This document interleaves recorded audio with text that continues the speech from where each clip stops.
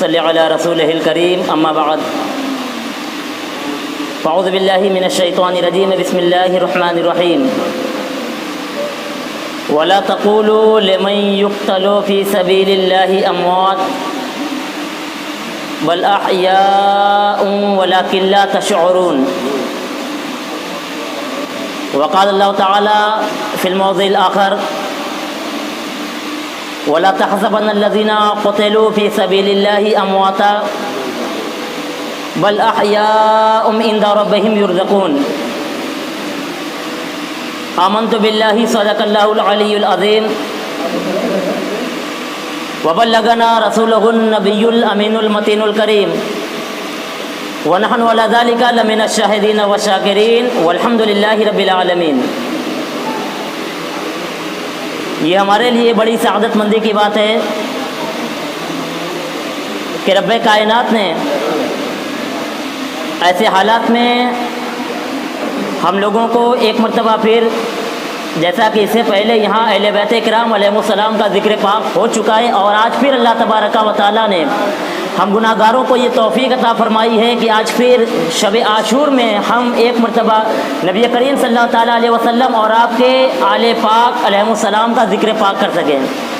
لیکن میں اپنی بات کو شروع کرنے سے پہلے اب تمامی حضرات سے یہ گزارش کرتا ہوں کہ ایک مرتبہ یہاں سے لے کر وہاں تک جتنے افراد ہیں، نبی کریم صلی اللہ تعالیٰ علیہ وسلم اور اہل بیت کرام علیہ السلام کی بارگاہ میں ہدیہ نذرانہ پیش کریں، درود شریف کا نذرانہ پیش کریں۔ اللہم صلی علی سیدنا و شفیعنا و نبینا و حبیبنا مولانا محمد وبارک وسلم صلاۃ و سلاما علیک یا رسول اللہ صلی اللہ تعالیٰ علیہ وسلم۔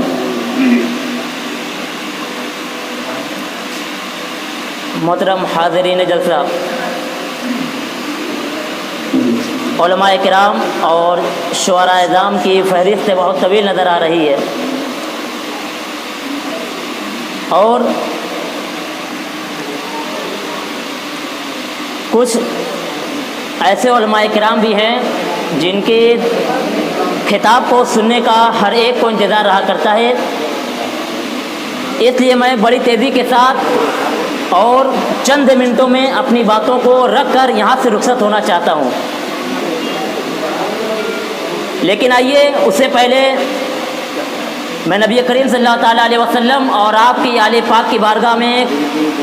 کچھ اشعار عرض کرنا چاہتا ہوں، بغور سماعت فرمائیں۔ کٹا کے سر کو ہے مقصد میں کامیاب حسین، کٹا کے سر کو ہے مقصد میں کامیاب حسین، شریعت نبوی برقرار ہے کہ نہیں؟ کٹا کے سر کو ہے مقصد میں کامیاب حسین، شریعت نبوی برقرار ہے کہ نہیں؟ اور پکارتا ہے زمانہ حسین زندہ باد، پکارتا ہے زمانہ حسین زندہ باد، یزید تو ہی بتا تیری ہار ہے کہ نہیں؟ یزید تو ہی بتا تیری ہار ہے کہ نہیں؟ اس وقت جب کہ سن 60 اور 61 ہجری میں یزیدی فتنہ اٹھا تھا، اس وقت یزیدیوں نے یہ چاہا تھا کہ امام حسین علیہ السلام اور آپ کی آل پاک کو قتل کر کے، ان کو شہید کر کے، جو اپنے خلاف آواز بلندے ہوئی ہے، ہمیشہ کے لیے اس کو نیست و نابود کر دیا جائے، بند کر دیا جائے، زبانوں پر لگام لگا دیا جائے۔ لیکن حقیقت وہ نہیں جانتا تھا، اللہ تبارک و تعالیٰ کے یہ ایسے چہتے بندے ہیں، ایسے محب اور محبوب بندے ہیں کہ اللہ تبارک و تعالیٰ نے تو ان کا نام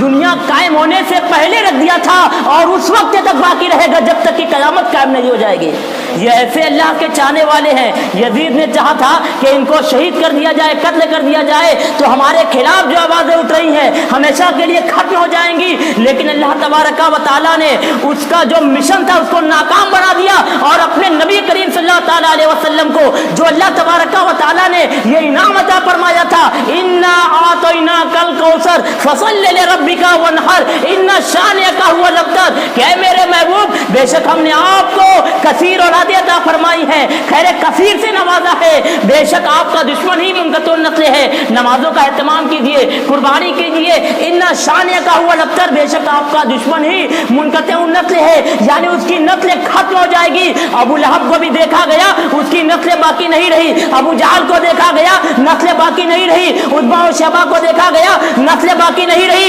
یزید کو دیکھا جا جا رہا ہے, یزیدی تو باقی ہے لیکن اس کی نسل باقی نہیں ہے. لیکن امام حسین علیہ السلام کو دیکھ لیجئے, اللہ تبارک و تعالیٰ نے اس زمانے سے آج تک اتنا باقی رکھا ہے کہ ایک زبان پکارنے والا یزید کھڑا ہوتا ہے تو ہزاروں کی تعداد میں حسین کہنے والے کھڑے ہو جاتے ہیں. یہ امام حسین علیہ السلام ہے جن کو اللہ تبارک و تعالیٰ نے قیامت تک کے لیے نہیں بلکہ قیامت کے بعد جنت میں جانے کا ہمارے لیے ذریعہ بنا دیا ہے کہ جتنی محبت کریں گے اہل بیت کرام علیہ السلام سے, اللہ تبارک و تعالیٰ ہمارے لیے جنت کی راہ کو اتنا آسان اور ہموار بنا دے گا. کٹا کے سر کو ہے مقصد میں کامیاب حسین, شریعت نبوی برقرار ہے کہ نہیں, پکارتا ہے زمانہ حسین زندہ باد, یزید تو ہی بتا تیری ہار ہے کہ نہیں. اور سارے فسق و گمراہی میں امت آ گئی ہوتی, سارے فسق و گمراہی میں امت آ گئی ہوتی, حسین آگے نہ بڑھتے تو قیامت آ گئی ہوتی. سارے فسق و گمراہی میں امت آ گئی ہوتی, حسین آگے نہ بڑھتے تو قیامت آ گئی ہوتی. اور اگر شبیر کر دیتے دعا مولا سے پانی کی تو کوثر لے کر خود خیمے میں جنت آ گئی ہوتی. وہ نبی کریم صلی اللہ تعالیٰ علیہ وسلم کے اہل بیت کرام علیہ السلام تھے, سید الشہداء امام حسین علیہ السلام کی ذات پاک تھی. اگر ایک مرتبہ بھی خدا کی بارگاہ میں یہ عرض کر دیتے یا رب العالمین ہمیں پانی امبر پانی بند کر دیا گیا ہے, تو اپنی جانب سے ہمیں پانی عطا فرما, ایک زبان بس کھولنا تھا. لیکن اللہ کے رسول صلی اللہ تعالیٰ علیہ وسلم کے یہ ایسے چاہنے والے اور ایسے آل پاک تھے جن کو یہ دکھانا مقصود تھا کہ جب کل ایسا موقع آ جائے, لاک ڈاؤن کا موقع آ جائے یا اس طرح کی پابندیاں قائم کر دی جائے تو اس وقت ہی ہمارے پیغام کو یاد رکھنا کہ ہم نے 3 دن سے پیاسے رہ کر بھی اللہ تبارک و تعالیٰ کا ذکر کیا, اور جب ایسا وقت آ جائے کہ ذکر کرنے سے روک دیا جائے, ایسی حالت میں بھی تم کسی نہ کسی جگہ اکٹھا ہو کر میرا ذکر کر لینا تو گویا کہ میری محبت کا تم حق ادا کرنے والے بن جاؤ گے. لیکن مسلمانوں یاد رکھو, آپ کی محبت تو ایسی محبت ہے کہ جتنے بھی شعراء اعظام اپنی زبان پاک سے آپ کے مناقب کو پڑھتے رہیں گے, جتنے بھی علماء کرام خطابات اور تقریریں کرتے رہیں گے, حق تو یہ ہے کہ سمندروں کو اگر روشنائی بنا دی جائے, درختوں کی ٹہنیوں کو اگر قلمیں بنا دی جائے, اس کے بعد بھی برابر منقبتیں لکھی جائے, جتنے بھی کاغذات ہیں سب کو بھر دیا جائے, لیکن نبی کریم صلی اللہ تعالیٰ علیہ وسلم کے ان نواسوں کا خاص طور امام حسن اور امام حسین علیہ السلام کے لفظ میں جو ہے آتا ہے اس کا حق بھی ادا نہیں کیا جا سکتا. یہ نبی کریم صلی اللہ تعالیٰ علیہ وسلم کے ایسے چاہنے والے ہیں. اگر دیکھا جائے شہادت کی بات ہے تو شہادت تو کائنات میں بہت ہوئی ہیں اور قیامت تک ہوتی رہیں گی. قربانیاں بھی ہوئی ہیں, شہادتیں بھی ہوئی ہیں, اور نام قربانی کو ایسا نہیں کہ ہم قربانیوں کو بھول سکتے ہیں, نہ شہادتوں کو بھول سکتے ہیں. کوئی بھی شہادت ہو یا کوئی بھی قربانی ہو, اگر آپ نبی کریم صلی اللہ تعالیٰ علیہ وسلم کے جد امجد ابراہیم اور اسماعیل علیہ السلام کی قربانی کو یاد کریں گے, وہ بھی ایک شریعت کا ایک بڑا ہی ایسا واقعہ ہے جس میں آقا صلی اللہ تعالیٰ علیہ وسلم کے جد امجد نے صبر کا مظاہرہ فرمایا تھا. چاہے آپ نبی کریم صلی اللہ تعالیٰ علیہ وسلم کے چچا حضرت امیر حمزہ رضی اللہ تعالیٰ عنہ کی شہادت کو دیکھ لیجئے, فاروق اعظم رضی اللہ تعالیٰ عنہ کی شہادت کو دیکھ لیجئے, عثمان ذو نورین رضی اللہ تعالیٰ عنہ کی شہادت کو دیکھ لیجئے. کوئی بھی شہادت ہو, خود نبی کریم صلی اللہ تعالیٰ علیہ وسلم کے جتنے بھی اصحاب کرام ہیں ان کی شہادتوں کو آپ دیکھ لیجئے. شہادتیں تو بہت ہوئی اور بہت دردناک ہوئی, لیکن ایسی شہادت کسی کی نظر نہیں آتی ہے کہ جس میں چھوٹے سے لے کر بڑے تک عورتوں تک ظلم کیا گیا, اور اس قدر ظلم کیا گیا کہ جن کے صدقے میں اللہ تبارک و تعالیٰ نے کونین کو دانا اور پانی عطا فرمایا ہے, انہی لوگوں پر نبی کریم صلی اللہ تعالیٰ علیہ وسلم کا کلمہ پڑھنے والوں بنام مسلمان نے نبی کریم صلی اللہ تعالیٰ علیہ وسلم کی آل پاک پر 3 دن تک پانی بند کیا, اور آپ پر برابر ظلم کیے جاتے رہے, اور یہاں تک کیا کہا جاتا رہا کہ اے حسین آپ یزید کی بیعت کر لیجئے, آپ کو چھوڑ دیا جائے گا, آپ کے تخت و تاج سے نواز دیا جائے گا, آپ کی عزت کی جائے گی, آپ کو شہرت دی جائے گی, آپ کا بڑا اونچا مرتبہ دیا جائے گا, یزید کی بارگاہ میں آپ کو اونچا مقام دیا جائے گا. گا, لیکن ان کو یہ معلوم نہیں تھا کہ ہم جن سے یہ بات کہہ رہے ہیں کہ اگر تم یزید کی اتباع کر لو گے تو یزید کی جانب سے تم کو یہ دیا جائے گا. خود نبی کریم صلی اللہ تعالیٰ علیہ وسلم نے اور خود پروردگار عالم نے جب ان کو پیدا فرمایا ہے تو ان کی پیدائش کے ساتھ اللہ تبارک و تعالیٰ اور اس کے محبوب نے یہ انعام عطا فرما دیا کہ اے میرے بیٹے حسن اور حسین, میں نے تم کو دنیا ہی کا نہیں بلکہ جنت کا سردار بنا دیا ہے. یہ جنتی سرداروں کو لالچ دی جا رہی ہے, دنیا کے سردار ہیں ان کو لالچ دی جا رہی ہے, جنت کے سردار لالچ دی جا رہی ہے. لیکن یزیدیوں کو یہ نہیں معلوم تھا کہ ہم لاکھ بار یہ کہتے رہیں گے یزید کی بیعت کی کر لیجئے, وہ مانیں گے نہیں. ان کو نہیں معلوم تھا, ان لوگوں نے سوچا تھا کہ ان کا ایمان بھی ہمارے ہی طرح ہے, اگر ہم لالچ دے دیں گے, دباؤ ڈال دیں گے, تلواروں کو اٹھا لیں گے تو یزید کی بیعت کی جائے گی. لیکن مسلمانوں, جب تاریخ کو دیکھا جاتا ہے, واقعات کو پڑھے جاتے ہیں, میں بڑی تیزی کے ساتھ اپنی بات کو عرض کر رہا ہوں اور بڑے مختصر الفاظ میں عرض کر رہا ہوں, جب تاریخ کو دیکھا جاتا ہے تو امام حسین علیہ السلام نے اور آپ کے چاہنے والوں اور آپ کے ماننے والوں اور آپ کے گھر قریبی رشتہ داروں نے جس طرح صبر کا مظاہرہ کیا اور آقا صلی اللہ تعالیٰ علیہ وسلم سے جو ان لوگوں نے وعدہ کیا تھا اس وعدے کو وفا کرنے کے لیے جس طرح ان لوگوں نے اللہ کی رضا کی خاطر اپنے آپ کو تن من سب کچھ قربان کر دیا اور دنیا والوں کو پیغام دیا کہ مسلمانوں, اگر کبھی ایسا وقت آ جائے کہ تمہیں بھی نبی کے لیے, نبی کریم صلی اللہ تعالیٰ علیہ وسلم کے دین کے لیے, مذہب اسلام کے لیے, قرآن کے لیے, نمازوں کے لیے, سجدوں کے لیے, مسجدوں کے لیے, مناروں کے لیے اگر کبھی ایسا قدم اٹھانا پڑ جائے کہ اپنے گھر کے مال و متاع کو صرف کرنا پڑ جائے تو کر دینا, اگر آل اولاد کو خرچے کرنا پڑ جائے تو کر دینا. جب تک تم مجھے دیکھتے رہو گے تمہارے اندر جذبہ پیدا ہوتا رہے گا. آج ہم لوگ نبی کریم صلی اللہ تعالیٰ علیہ وسلم کا ذکر کرنے کے لیے اکٹھا ہوئے ہیں, آل نبی صلی اللہ علیہ وسلم کا ذکر کرنے کے لیے اکٹھا ہوئے ہیں. یاد کرو مسلمانوں, کربلا کے واقعات میں بہت سی شہادتیں ہوئی ہیں, تقریباً 72 افراد نفوس پشتیہ کو بڑی بےدردی کے ساتھ شہید کیا گیا. میں صرف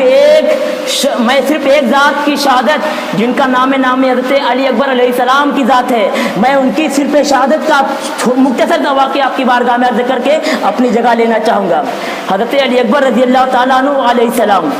آپ کی ذات پاک وہ ہے کہ جب اہل بیت اکرام علیہ السلام کے کچھ افراد جامع شہادت نوش کر چکے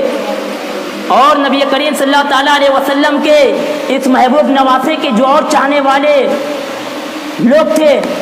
وہ بھی جامع شہادت نوش کر چکے ہیں, بس قبیلے میں اور خیمے کے اندر چند لوگ باقی رہ چکے ہیں. حضرت علی اکبر رضی اللہ تعالیٰ عنہ علیہ السلام میدان جنگ میں جانے کے لیے والد محترم امام حسین علیہ السلام سے کہتے ہیں کہ ابا جان, اب مجھے میدان کارزار میں جانے کی اجازت دی جائے. امام حسین علیہ السلام فرماتے ہیں کہ میرے بیٹے, میں تجھے کربلا کے میدان میں کیسے جانے کی اجازت دے سکتا ہوں جبکہ یہ میدان ایسا خوریز میدان ہے کہ جو گیا واپس نہیں آیا. عباس بھی گئے واپس نہیں آئے, مسلم بن عوجہ بھی گئے واپس نہیں آئے, اس کے علاوہ جتنے لوگ بھی گئے کوئی واپس نہیں پلٹا. اے میرے بیٹے, میرے جگر کے ٹکڑے, تو نبی کا نواسا ہے اور ایسا نواسا ہے کہ تیری شکل میں لوگ نبی کریم صلی اللہ تعالیٰ علیہ وسلم کا دیدار کرتے ہیں, تجھے شبیہ مصطفیٰ کا نام دیا جاتا ہے, میں تجھے کیسے جنگ میں جانے کی اجازت دے سکتا ہوں. لیکن نبی کریم صلی اللہ تعالیٰ علیہ وسلم کے یہ نواسے حضرت علی اکبر علیہ السلام بار بار ضد کرتے ہیں کہ ابو جان مجھے جانے کی اجازت دیجیے, کیونکہ اب مجھے خیمے میں کوئی اور نظر نہیں آتا ہے سوائے آپ کی ذات پاک ہے, میں آپ سے پہلے میدان کربلا میں جانا چاہتا ہوں. لیکن علی اکبر کو بار بار امام حسین علیہ السلام کی جانب سے نفی میں جواب دیا جاتا ہے. نبی کریم صلی اللہ تعالیٰ علیہ وسلم کے نواسے علی اکبر کہتے ہیں کہ ابا جان, کہ آپ یہ پسند کرتے ہیں کہ آپ کا یہ بیٹا آپ کو شہید ہوتا دیکھتا رہے اور زخموں سے چور چور ہو کر میدان میں جانے کی استقامت نہ رکھ سکے. جب والد محترم نے یہ جملہ سنا ہے, بیٹے کو اجازت دیتے ہیں. حضرت علی اکبر میدان کربلا میں جانے کے لیے آمادہ ہو جاتے ہیں. سر پر نبی کریم صلی اللہ تعالیٰ علیہ وسلم کے